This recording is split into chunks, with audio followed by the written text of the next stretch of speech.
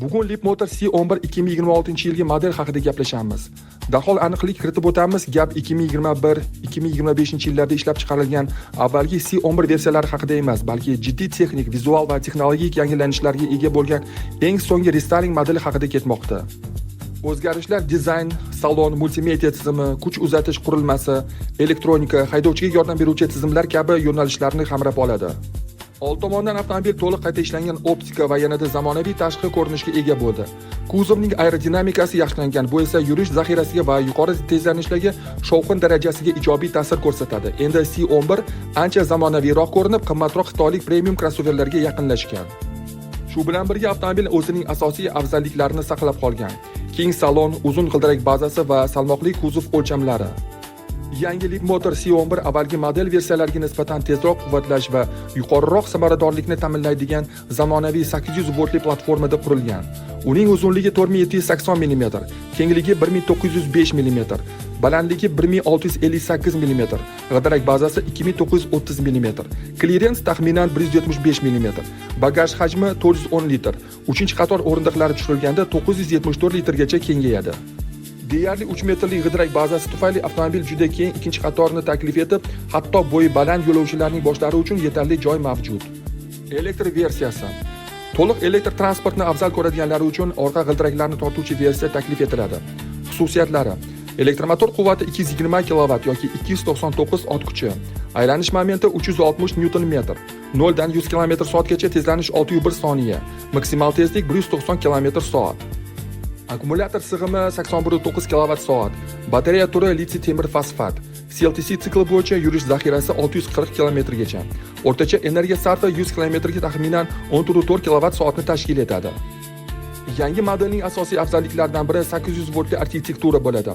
U kuchli tezkor quvvatlash stansiyalarida batareyani 30% dan 80% gacha taxminan 18 daqiqada quvvatlash imkonini beradi.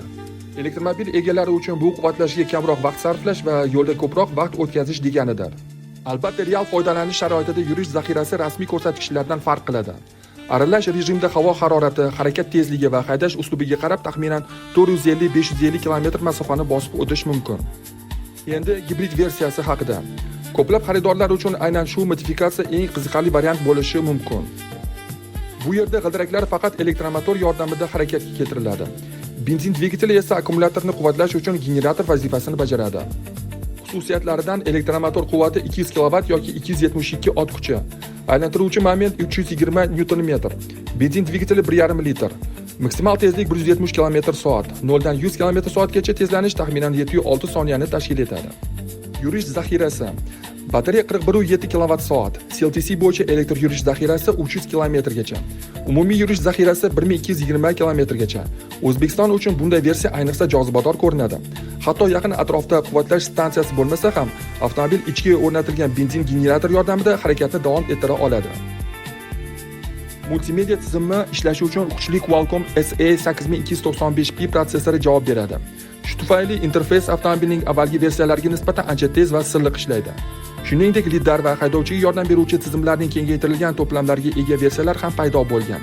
Avtonom boshqaruv darajasi bo'yicha Leapmotor hozircha bozor yetakchisi hisoblanmasa-da, avvalgi avlod bilan solishtirganda taraqqiyot juda sezilarli. Eng sezilarli o'zgarishlardan biri avtomobil salonida yuz berdi. Agar ilgari Leapmotor 3 ta alohida displeyga urg'u bergan bo'lsa, endi konsepsiya o'zgargan. Asosiy e'tibor yuqori aniqlikdagi 17,3 dyuymlik katta multimedia ekraniga qaratilgan.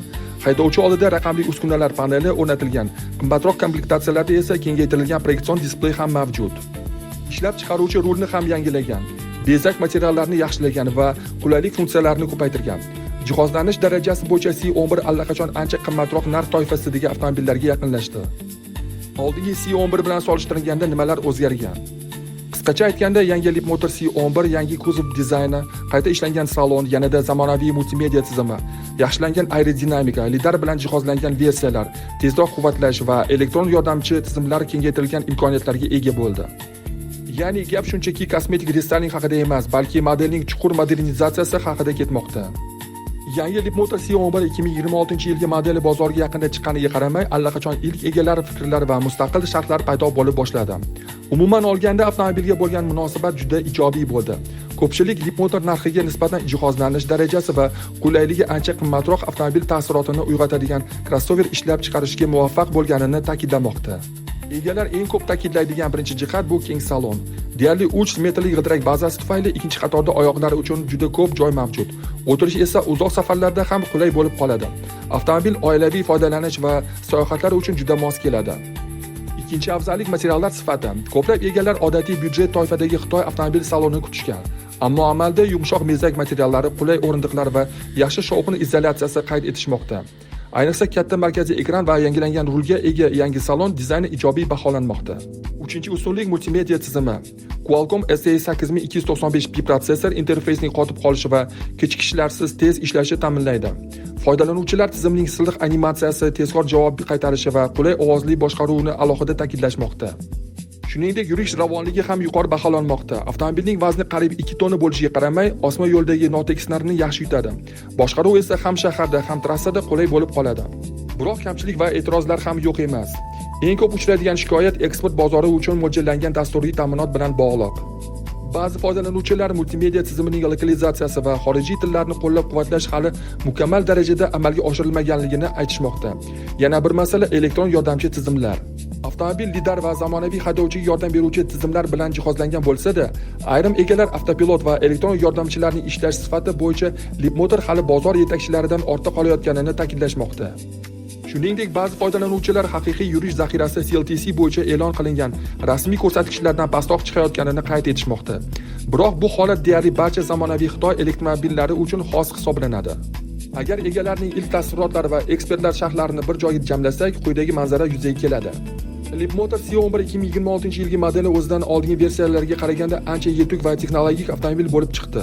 Agar sizga boy jihozlangan zamonaviy va texnologik crossover hamda jozibador narx muhim bo'lsa, yangi Leapmotor C11 Xitoy avtomobillari orasida qiziqarli takliflardan biri bo'lib ko'rinadi.